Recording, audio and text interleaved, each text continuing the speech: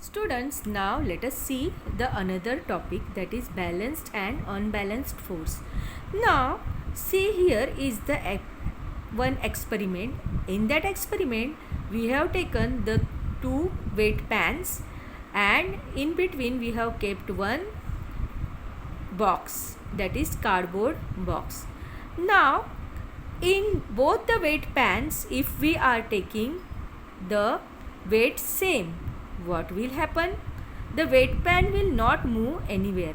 But suppose in one pan we are keeping the weight more and in other pan we are not keeping the weight, what will happen?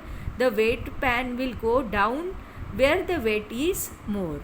So when both the pans are having the same weight, it is called as a balance force.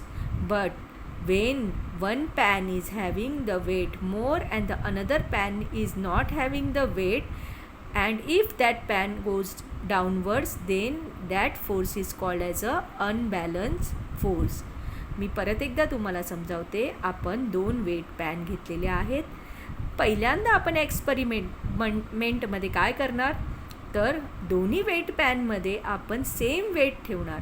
जेव्हा same weight ठेवलं मग काय होणार, तर हे weight pan कुठेही move होणार नाही. पण समजा एका वेट पॅनमध्ये आपण जास्त वेट ठेवलं आणि दुसऱ्या वेट पॅनमध्ये आपण वेटच नाही ठेवलं, तर ज्यामध्ये वेट आहे ते वेट पॅन खाली जाणार.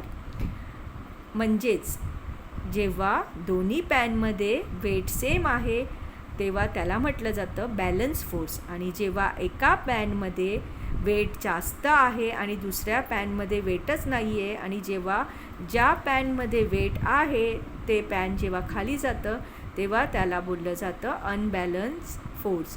हे आपण आपल्या रोजच्या लाईफमध्ये सुद्धा अनुभवतो.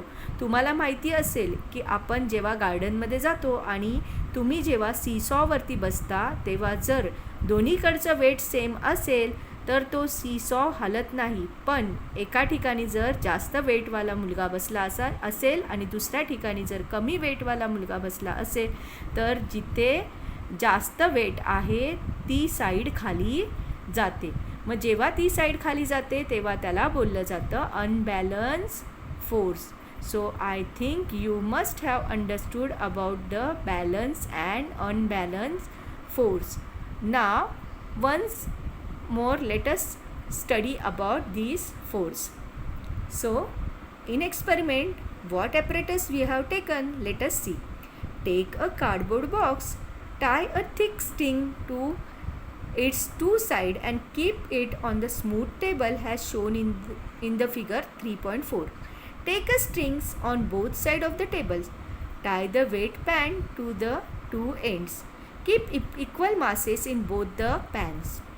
The box does not move on the table. If more mass is kept in one pan than in the other, the box started moving in the direction of that pan.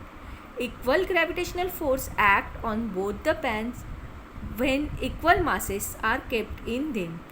This means the balance force act on the box with the effective force equal to 0 as these are acting in the opposite direction. On the contrary, if more mass is kept in one pan than in the other, the box starts moving in the direction of the pan with the more mass. When unequal force are applied to the box in the two sides, an unbalanced force act on the box resulting in the imparting motion to the box. म्हणजेच जेव्हा मगाशी तुम्हाला मी समजावल्याप्रमाणे जर दोन्ही पॅनमध्ये आपण same mass घेतलं किंवा same weight घेतलं तर काय होतं, ते दोन्ही पॅन्स आहेत ते तसेच इक्वली राहतात. पण समजा एका वेट पॅनमध्ये आपण जास्त मास घेतलं तर काय होणार, तो वेट पॅन खाली जाणार. मग त्या फोर्सला आपण बोलणार अनबॅलन्स फोर्स.